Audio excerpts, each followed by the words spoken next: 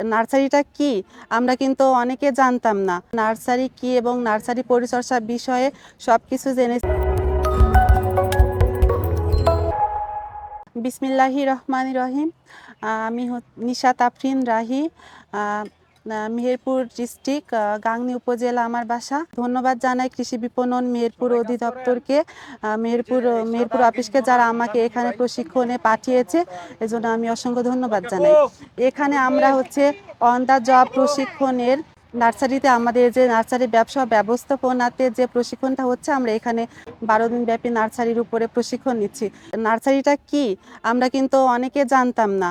আসলে নার্সারিটা কি এবং ওইটা কিভাবে আর কি নার্সারিটা আমরা পরিচালনা করব।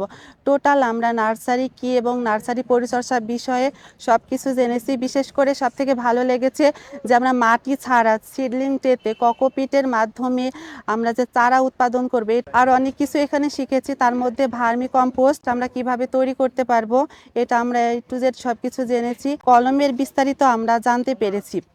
আসসালামু আলাইকুম। আমি ঝিনাইদহ জেলার পাগলাকানা ইউনিয়ন রাজাপুর গ্রাম থেকে এসেছি।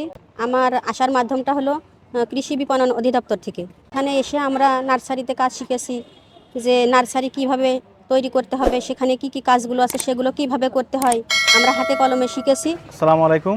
আমি মোহাম্মদ সম্রাট আলী মোল্লা। আমি মেহেরপুর জেলা গাংনী উপজেলা থেকে এসেছি।